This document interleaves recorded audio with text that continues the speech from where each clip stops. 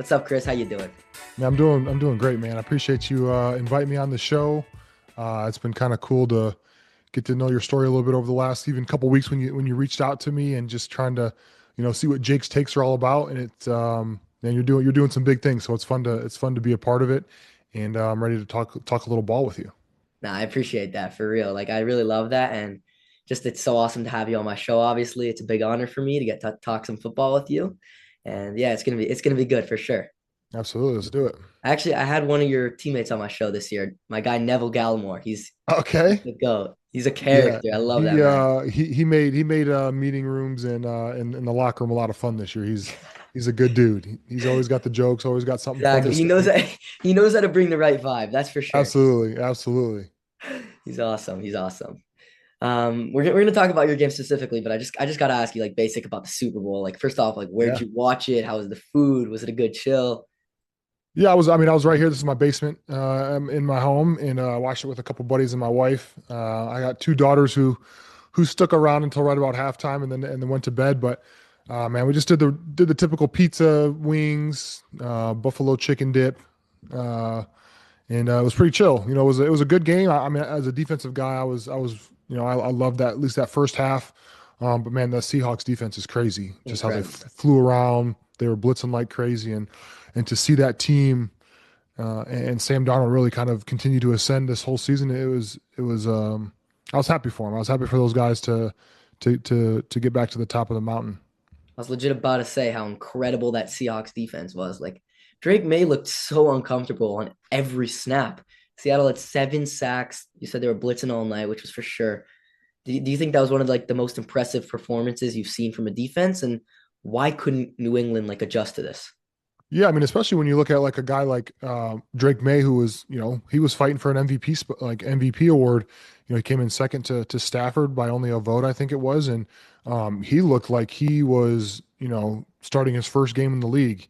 They had him flustered all game, Yeah. like I said, with the pressures and all that. But Mike McDonald and that defense were flying. That was, I mean, I'm trying to think when Brady won the Super Bowl with the Buccaneers and they beat the Chiefs, and that defense was flying around too. And I think they sacked Mahomes like 6 or 7 times, and that's how it kind of reminded me of 5 or 6 years ago with that game. But like I said, hats off to that Seahawks team, especially the defense. But I thought Sam Darnold played well too, especially when he was needed to. He made a few big plays. But to see that defense fly around, it was fun. It's fun to watch. Yeah, that defense was scary. Devon Witherspoon, he impressed me all night, all night. Yeah. Yeah. It was him with the strip sack, right? That led to that touchdown. Yeah, I think it was him, and then I believe Owosu so. picked it up and took it to the house. Yeah, Yeah, I think Witherspoon had 2 sacks, especially as like a kind of a blitzing corner, coming or off like a bigger corner. It was he got after it. It was fun to watch that incredible to game. watch. No, I got to shout out Patriots cornerback though, Christian Gonzalez, because he was incredible. He made some incredible plays also. Basically every ball that was thrown his way, he would like dive for, make a beautiful play. He almost picked that off at the end of the second half. Yep, It could have been a lot worse without Christian. That's fair to say. What did you absolutely. make of Christian's game last night? Yeah, man, that was one of the first games where I knew he was a good player, knew he was going to be a special player, but to see him on the biggest stage, excuse me, and play at such a high level, and I'm a defensive lineman. I don't know a whole lot about covering and being a corner, but he looked like he had flawless technique and the way that he was really able to lock down JSN, for most of the game and the other receivers on the Seahawks. Um, he's going to be a good player for 10 Well, plus years. So I'm excited to see him continue to ascend. And I think that Patriots team is going to be right back in the playoffs next year. Drake May is going to continue to get better. I'm sure they're going to continue to build around that offense. So they're going to be looking to get back and be in that same position next year, just like all 32 teams are. yeah, let's just say it's not good news for the Bills or anyone in that division. That's for sure. Yeah, Yeah, but over your 9 years, you've been tasked with like having to stop so many running backs. But Kenneth Walker, that's one guy we haven't mentioned really yet, and he was so good last night. Obviously, he won the MVP, 27 carries, 135 yards. He almost broke free. Well, he did break free, but there he was a did. holding for that big touchdown. But yeah, his running style is different than a lot of other running backs. He like casually waits in the backfield, is very patient, finds a hole and then explodes. Like, how hard is that to defend? Just speaking from experience. Yeah, that's it's incredibly tough. And watching that, it was like, as a defensive lineman, especially in certain schemes, like you're taught to stay in your gap. And when you have a running back that's as patient as Kenneth Walker is, it's really hard. He reminded me a lot like another Michigan State running back and Le'Veon Bell. I know you might be a little too young to remember Le'Veon I Bell, but remember Le'Veon Bell. he was just the same type of player. He holds, when he gets a handoff, he's waiting, he's patient in the hole. And as a defender, and especially as a defensive lineman or a linebacker, it's extremely frustrating to be able to sit in your gap and wait and play your key and play your read for that long, because it seems like they're waiting 2 or 3 seconds just to break the line of scrimmage. But it's a style that works, and it's a style, if you can do it correctly, you see the type of success that they have. And Walker, I think, deservedly won that MVP last night. And I think, he's going to be a hot commodity when it comes to free agency in another month and a half. And he's going to be making a lot of money come March. Yeah, good for K9. That's for sure. Absolutely. But you also got to give a huge shout out to that O line because they were able to give him the time he needed to find the patience and then eventually get that hole. So that was important too. No doubt. No doubt. We're gonna talk about your Colts shortly, but like, how would you compare Kenneth Walker's like his running style compared to Jonathan Taylor? Yeah, I think they have similar. I would say even like breakaway speed. Like I feel like Jonathan Taylor uh, is an incredibly fast running back, and then you look at a guy like Kenneth Walker, really fast running back. But I think they're both patient. I think Kenneth Walker is a little more patient. I think he's probably the most patient running back in the league when it comes to finding the right hole. Um, but they're two great backs, and their ability to make plays when it seems like there's not a hole there, or they're stopped in the backfield. I think that's where I see a lot of similarities between those two. Just their ability to make a play out of nothing, and that's huge as a running back. Yeah, yeah, for sure. Gotta love JT. So going back to your game for a second, you were drafted by the Ravens in 2017 NFL draft and Yep. played a few seasons in Baltimore. I'm a Ravens fan, so Okay. I Okay. love that. I love that. And then in 2020, you were traded to the arch rival, the Pittsburgh Steelers. Everyone hates the Steelers. And at that time, it was the second trade ever between the two teams. And I know the Ravens and Steelers hate each other. But as a player coming from the Ravens, like, did you find it difficult at all to join the Steelers culture? And did you develop the Steelers hate for the Ravens? Because like you're low key a Raven, but you're a Steeler. Yeah, so actually, I grew up in Toledo, Ohio, and I grew up a Steeler fan like my whole life. So it was actually kind of the reverse. Like when I got drafted to Baltimore, I had to, kind of That's crazy. change my mentality and be a Raven. Like I had to be a Raven, and kind of, there's been a few players that have played for both teams, but being, one of only two to be drafted or to be traded is special, I think. But there's like you said, there's like that hatred and there's like that big rivalry, but it's a healthy respect for one another. Exactly. Yeah. Two, legendary organizations, two teams that, especially when you talk about defenses, Ed Reed, Terrell Suggs, Ray Lewis on the Ravens, Troy Polamalu, the list goes on and on with, guys like TJ Watt and Cam Hayward now are still doing it at a high level. So there's that respect, but it was a little weird. It was weird going from, a Pittsburgh fan to being playing for the Ravens and then getting traded and having to kind of, flip the script again and be all about the Steelers again. And then last year I played for the Ravens again. So it was a weird kind of back and forth, up and down, but I got a lot of love for everyone on both sides of the ball. And I know a lot of fans probably aren't happy about that, but when you're in it for so long with two organizations, you gain that respect and you kind of realize what it's all about. That's a great answer. I love that. And you listed a lot of like the legendary defensive players from both those teams. You think Kyle Hamilton can make a push by the end of his career to be in that? I think he can be in that category because he impresses me every time I watch him. Yeah, he's one of the few guys that can play everything. I mean, besides like defensive line, but he's a freak athlete. He's incredibly smart, incredibly hungry to continue to get better. And I think it was maybe his fourth or fifth year this year, and he is poised, I think, to be kind of in that same category as Ed Reed, and they're different players. When you talk about safeties, guys like Ed Reed, Troy Polamalu, those are like the first two names that come up, especially in the modern game of football, over the last 20 years or so. And I think Kyle Hamilton stays healthy, he can have a career like that where he's wearing a gold jacket in 20 years and is a Hall of Famer. He's a special player, and to be able to have played with him last year was pretty cool.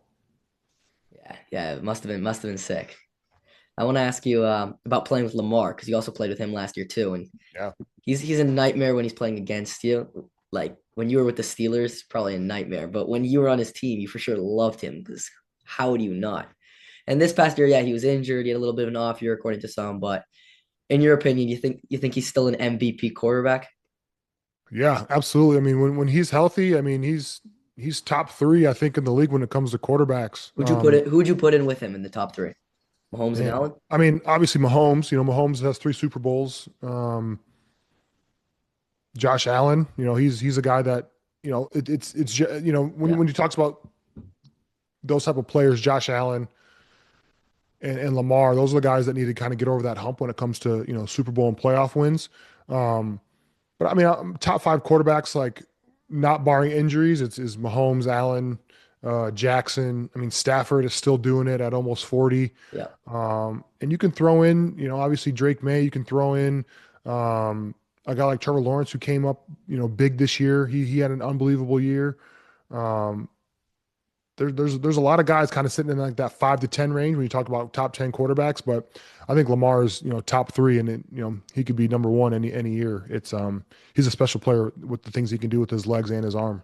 what's he like in practice? Are you like, dude, quit running? Yeah, it's like we're in camp, so like we're going against like the offense or whatever, and like we're supposed to run to the ball and like pursue and get like our conditioning in. And I'm like, I cannot get anywhere near this guy.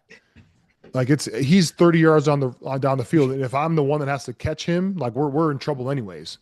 Uh, so he's like I said, he's a special player, and going up against him, I was so happy when I was his teammate, seeing him make other defenses look like fools, and then Yeah, playing up against him, it's like, okay, you got to put your big boy pants on, and you got to be locked in because he will embarrass you no matter who you are. You could be the best player in the world, and he will still find a way to make you look silly. yeah, yeah. He can do it to anyone. You mentioned conditioning and how that was a big thing, but what's like the most exhausting part of playing D line that just doesn't show up on the stat line? Like people can't see unless they watch the game. I think it's just the double teams when you have two 300+ pound guys and you're supposed to hold the point, that wears on you, and offenses see that, offenses can exploit that. Um, and you don't get a tackle or a sack or anything on the stat line when it comes to how many double teams you can take on during the game. Um, but those guys that can do that on a consistent basis play a long time in the league, and they make a lot of money. Obviously, sacks and tackles get you paid, but being a run stopper that can fill gaps and take on double teams is a skill that not a lot of guys go after. It's dirty work, and like I said, it doesn't show up on the stat sheet every game. Was there like a coaching staff that you played for that you noticed it the best? Like was able to pick up on it the most and credit guys who were able to fill it the best? Yeah, I mean, even just the players that I played with, like when I first got to Baltimore, there was a guy named Brandon Williams who was like, I mean, you said you're a Ravens fan, so Yeah, Brandon. He's like 6'1", 350 pounds, and him and the guy like Mike Pierce, um, they were the best that I've ever seen at taking on double teams and sitting in the hole and coming off and making a play. Um, so I think the Ravens, they value that. They value a big guy. They got Travis Jones now who can sit there love Trav. yeah, Travis is a great dude, but also obviously a great player too. So, and him and Matabike complement each other so well, which was fun to be a part of last year. Um, but I think the Ravens do a really good job of finding that talent and finding guys that are willing to do the dirty work. Love that. Ravens are pretty good at that, that's for sure. So last question, Chris. Your Colts this year had a remarkable story to end the season. NFL legend Philip Rivers made a comeback at age 44 He hasn't played since 2020. It was must watch TV. Being on the inside, what was that like? What was the experience like having Philip Rivers back in your locker room after like basically out of nowhere? Yeah, I mean he's a legend. Like he's a Hall of Famer in my eyes, and I had the chance to play against him a couple times early in my career. And then when he retired, it's like okay, usually when you retire, maybe you retire for a year or so and you come back, but he took 5 seasons off and came back, and you could tell he was old. You could tell he hadn't played football in 5 years. But you could see that you could see in the meeting rooms and in practice and even in games, like he still had command of the game. He still knew how to be a leader. He still knew how to run an offense, and we were looking for that, especially when Daniel Jones went down with an Achilles tear. We were looking for a guy to come in and kind of lead the team, and he stepped right in, and was able to lead and was able to give us a chance to win a few games. We didn't win a game when he was there, but just the ability to come in and know the offense, and him Yeah, being with Shane Steichen for all those years in San Diego, and to come in and kind of and give us a boost. It was much needed, and it was cool just to be around someone like that. He's like I said, he's a Hall of Famer, brilliant and mind. yeah, and a brilliant mind when it comes to football and just how to go about life and being a man. It was cool to be around for a month. Yeah, it looked cool. It was fun to watch. I love that. I legit love Absolutely. watching the Colts in that little stretch. Chris, thank you so much for taking the time to join me today on Jake's Takes. I had so much fun. It was really just awesome. Did you enjoy our time? Absolutely, man. I appreciate you reaching out to me, and I'm glad we got to get this set up. And yeah, let's do it again sometime. Bet, would love that.